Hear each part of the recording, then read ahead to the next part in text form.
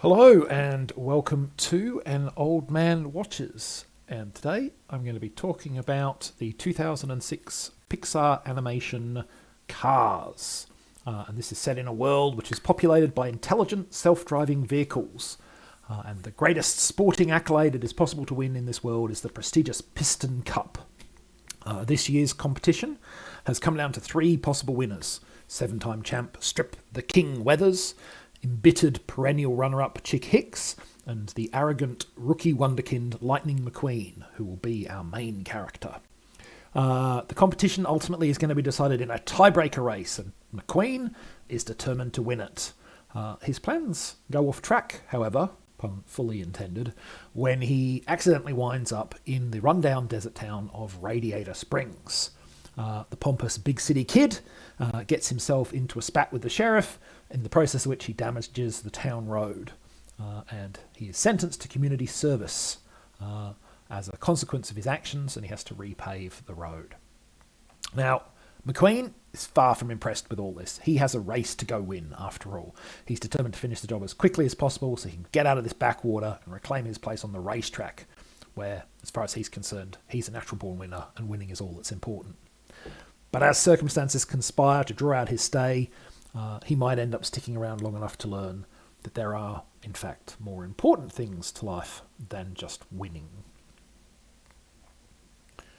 So Cars was the first Pixar film to not get an overwhelmingly positive critical response. And in fact, to this day, it's the third lowest rated Pixar film on Rotten Tomatoes. The only two films that are lower rated are, in fact, Cars 2 and Cars 3.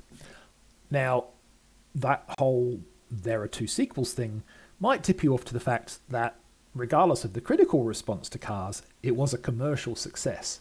It brought in a worldwide box office close to 4 times its production budget, and perhaps more important to its establishment as a franchise was the fact that it spawned a massive toy tie-in industry. Now, of course, Cars is far from the first film to enjoy a much better commercial and critical reception. Let's talk about some of the factors why that may have been the case here.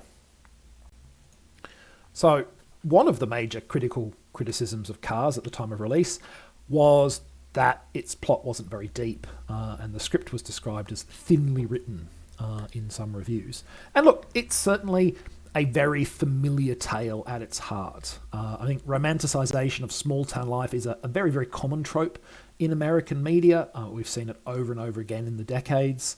And on top of that, and that's obviously, it's a big part of Cars, but on top of that, Cars' script bears very notable similarities with the script of the 1991 film Doc Hollywood. In that movie, arrogant surgeon Ben Stone accidentally smashes a fence while driving through a small town, is sentenced to community service as punishment, ultimately falls in love with the place and with one of its residents. More than one critic noticed this resemblance in 2006. I mean, critics watch a lot of movies, but they're not going to forget a big hit like Doc Hollywood, not that quickly anyway. And look, they have a valid point. Replace Surgeon with an intelligent self-driving racing car, which is, probably not something that anyone making Doc Hollywood ever considered. And you do practically have the same movie, same basic beats to the plot, same ultimate outcomes. But a lot of the details are obviously different because, surgeons and intelligent self-driving racing cars are kind of different things. But yeah, this is a movie that runs along a very familiar track. But the thing is, and fair warning, I'm going to stretch the race car analogies to breaking point here, and certainly to the limit of my knowledge of the subject anyway. However familiar the route it follows, Cars hits the apex of every turn and it roars down every straight while it's doing it.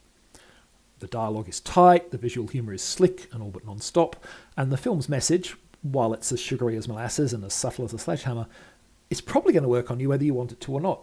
I think most of us ultimately want to believe that our heroes, whether those heroes be athletes or authors, actors or characters, are either decent people to begin with or ultimately willing to learn to overcome their flaws and become better people. And Cars delivers on that story thoroughly successfully. It might not be on quite the level of The Incredibles or Wall-E, but few things are. At the end of the day, Cars is still expertly made family entertainment. And the fact that it's family entertainment is something else that I think is worth talking about, because Cars is a film that's aware of its audience.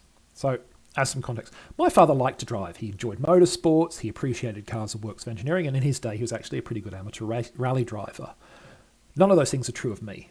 I appreciate the convenience of owning a car, but I don't actually enjoy the process of driving, and as far as the car itself goes, I just care that the seats are comfortable and that it and its air conditioning are reliable. Now, as you might expect, some of the main people working on cars were much more like my father than they were like me, and this film is in fact sufficiently gearhead friendly that Australia's Which Car website did an entire article about what a great film it is for car enthusiasts. And if, like me, you're not into cars, you might be saying, well, what does that matter? Which is a fair question. But it's a specific example of one of the strengths of Pixar films in general. They are family-friendly entertainment. They might be primarily aimed at younger viewers, but Pixar always remember that younger viewers are not going to be in the cinema alone. And so they include stuff for mums and dads, and for that matter, for adults who are big kids at heart like me. Some of the things Pixar include in each film will be stuff that you don't personally appreciate or even notice.